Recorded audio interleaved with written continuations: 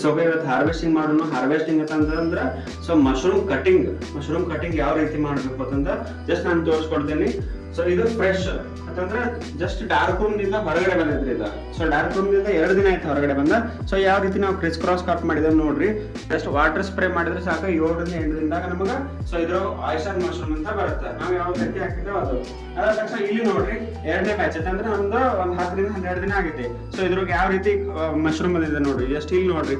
So quality ಎಷ್ಟು branded ಆಗಿದೆ. So ಇದರಿಂದ ಆರೋಗ್ಯಕ್ಕೂ ಒಳ್ಳೇದಾಗುವಂತ ಒಂದು ಆಯಿಸ್ಟರ್ ಮಶ್ರೂಮ್ ಅಂತಂದ್ರೆ ಜಸ್ಟ್ ಇಲ್ಲಿ ನಾವು ನೋಡ್ಕೊಂಡ್ ಬರೋಣ್ರಿ ಯಾವ ರೀತಿ ಕಟಿಂಗ್ ಮಾಡಬೇಕು ಮಶ್ರೂಮ್ ಅಂತಂದ. ಜಸ್ಟ್ ನೋಡಿದ್ರಿ, ಜಸ್ಟ್ ಇಷ್ಟು ಹಿಡಿಬೇಕು, ಟ್ವಿಸ್ಟ್ ಮಾಡಬೇಕು. So compulsory hand gloves use ಮಾಡಬೇಕು. ಇಷ್ಟು ಮಾಡಿದ್ರೆ ಸಾಕ. ಸೊ ಹೆಲ್ದಿ ಆಗಿರುವಂತ ಒಂದು ಆಯಿಸ್ಟರ್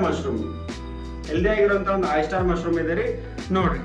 ಸೊ ಇದಿಷ್ಟು ಟೋಟಲ್ ಆಗಿ ನಮ್ದು ಎಷ್ಟು ಬರ್ತಾವ ಮಶ್ರೂಮ್ ನಾವು ಆಮೇಲೆ ವೇಟ್ ಚೆಕ್ ಮಾಡೋಣ್ರಿ. ಆರ್ಡರ್ ಇದೆ, ಕಂಟಿನ್ಯೂಸ್ ಆಗಿ ನಮ್ದು ಆರ್ಡರ್ ಇದೆ. ಜಸ್ಟ್ ನಮ್ದು ಇರೋದು ಲೊಕೇಶನ್ ರಬಕವಿ ಒಳಗಡೆ. ಇದಕ್ಕಿಂತ ಇನ್ಫಾರ್ಮೇಶನ್ ಹೆಚ್ಚಿಂದ ಏನಾದ್ರು ಬೇಕಾದಂದ್ರೆ ಸೊ ನಮ್ಗೆ ಯೂಟ್ಯೂಬ್ ಒಳಗಡೆ ಎಲ್ಲ ವಿಡಿಯೋಸ್ ಹಾಕಿರ್ತೀನಿ. ಸೊ ಸಬ್ಸ್ಕ್ರೈಬ್ ಮಾಡ್ರಿ. Thank you so much.